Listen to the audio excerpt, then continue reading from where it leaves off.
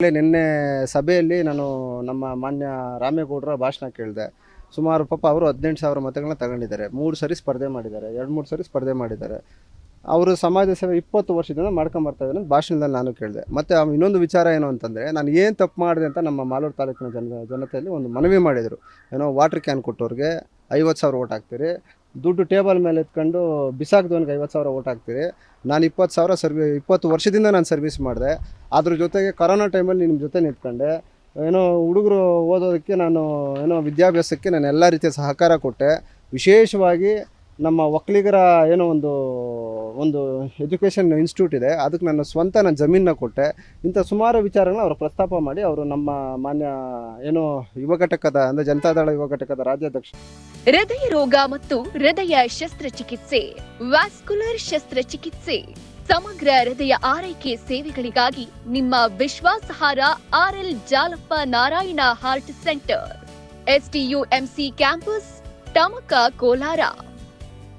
180030903009 ಮನವಿ ಮಾಡಿದರು. ಏನಂತ, ಯಾವುದೇ ಕಾರಣಕ್ಕೂ ಅವರೇ ಪರೋಕ್ಷವಾಗಿ ಒಂಥರ ಟಾಂಗ್ ಕೊಡೋ ಥರ ಅವರೇ ಒಂದು ಮನವಿ ಮಾಡಿದ್ದಾರೆ. ಏನಂತ, ಯಾವುದೇ ಕಾರಣಕ್ಕೂ ತಾವು BJPಗೆ ನಮ್ಮ ಕ್ಷೇತ್ರನ ಸೇಲ್ ಮಾಡಿಬಿಡ್ರಿ, ನಮಗೆ ಟಿಕೆಟ್ ಕೊಡ್ರಿ, ನಾವೇ ಸಿಂಹ ಗರ್ಜನೆ ಹಂಗೆ ಅಂತ ಏನೋ ಹೇಳಿದ್ರು. ಅದರ ಅರ್ಥ ಏನು ಅಂತಂದರೆ, ನಾವೇ ಕೆಪಾಸಿಟಿ ಇರೋರು, ನಾವು ಇಲ್ಲಿದ್ದೀವಿ, ಇಲ್ಲಿ ನೀವು ಯಾವುದೇ ಕಾರಣಕ್ಕೂ ಸ್ಥಳೀಯರನ್ನ ನೆಗ್ಲೆಕ್ಟ್ ಮಾಡಿ ಔಟ್ಸೈಡಿಂದ ನಮ್ಮ ಬೆಂಗಳೂರು ದೊಡ್ಡ ದೊಡ್ಡ ಕೂಳಾಗಳಾಗಿರ್ಬೋದು, ರಿಯಲ್ ಎಸ್ಟೇಟ್ ಕೂಳಾಗಳಾಗಿರ್ಬೋದು, ಅವ್ರನ್ನ ಕರ್ಕೊಂಬಂದು ನಮ್ಮ ಮಾಲೂರು ತಾಲೂಕನ್ನು ಹಾಳು ಮಾಡಬೇಡ್ರಿ ಅಂತ ಅವರೇ ರಾಮೇಗೌಡ್ರೆ ನಿಖಿಲ್ ಕುಮಾರಸ್ವಾಮಿ ಅವರ ಮುಂದೆ ಮನವಿ ಮಾಡಿದ್ದಾರೆ. ಈಗ ನನ್ನ ಪ್ರಕಾರ 6 ತಿಂಗಳಿಂದ ಅನಿಸುತ್ತೆ ಚನ್ನಪಟ್ಟಣದಲ್ಲಿ ಒಂದು ಬೈ ಎಲೆಕ್ಷನ್ ಆಗ್ತದೆ.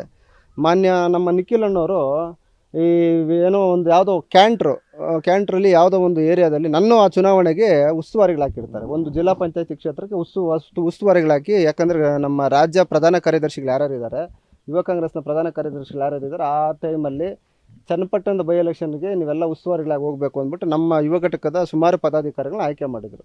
ನನ್ನೂ ಒಂದು ಜಿಲ್ಲಾ ಪಂಚಾಯತಿ ಕ್ಷೇತ್ರಕ್ಕೆ ಉಸ್ತುವಾರಿಗಳಾಗಿ ಹಾಕಿದರು.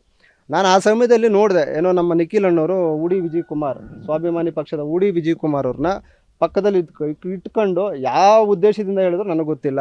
ಮುಂದಿನ ದಿನಗಳಲ್ಲಿ ಇವರು ನಮ್ಮ ಉಡಿ ವಿಜಯ್ ಕುಮಾರ್ ಅಣ್ಣವರು ಮಾಲೂರು ಕ್ಷೇತ್ರದಲ್ಲಿ MLA ಆಗ್ತಾರೆ ಅನ್ನೋದನ್ನು ನೀವು ಪ್ರಸ್ತಾಪ ಮಾಡ್ತೀರಿ.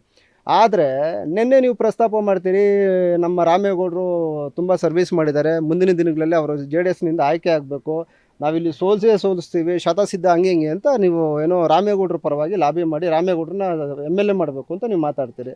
ನನಗೆ ಇದ್ರದ್ದು ಒಳಗುಟ್ಟೇನೋ ಅನ್ನೋದು ನನಗೆ ಅರ್ಥ ಆಗ್ತಾಯಿಲ್ಲ. ದಯವಿಟ್ಟು ನಿಮ್ಮ ಮಾಧ್ಯಮ ಮಿತ್ರರಲ್ಲಿ ನಿಮ್ಮೆಲ್ಲರಲ್ಲಿ ಮನವಿ ಮಾಡ್ತೇನೆ, ನಿಖಿಲ್ ಕುಮಾರಸ್ವಾಮಿ ಅವರು ಮುಂದೆ ತಮಗೆಲ್ಲ ಸಿಕ್ಕಿದಾಗ ದಯವಿಟ್ಟು ತಾವು ಪ್ರಶ್ನೆ ಕೇಳಬೇಕು. ಚನ್ನಪಟ್ಟಣದಲ್ಲಿ ನೀವು ಈ ಥರ ಹೇಳ್ತೀರಿ, ಉಡಿ ವಿಜಯ್ ಕುಮಾರನ್ನ MLA ಮಾಡಬೇಕು ಅಂತ ಹೇಳ್ತೀರಿ, ಮಾಲೂರು ಕ್ಷೇತ್ರಕ್ಕೆ ಬಂದಾಗ ರಾಮೇಗೌಡರನ್ನ MLA ಮಾಡಬೇಕು ಅಂತ ಹೇಳ್ತೀರಿ. ಇದ್ರದ್ದು ಒಳಗುಟ್ಟೇನೋ ಅನ್ನೋದು ತಾವರೇ ತಿಳಿಸ್ಬೇಕಾಗ್ತದೆ.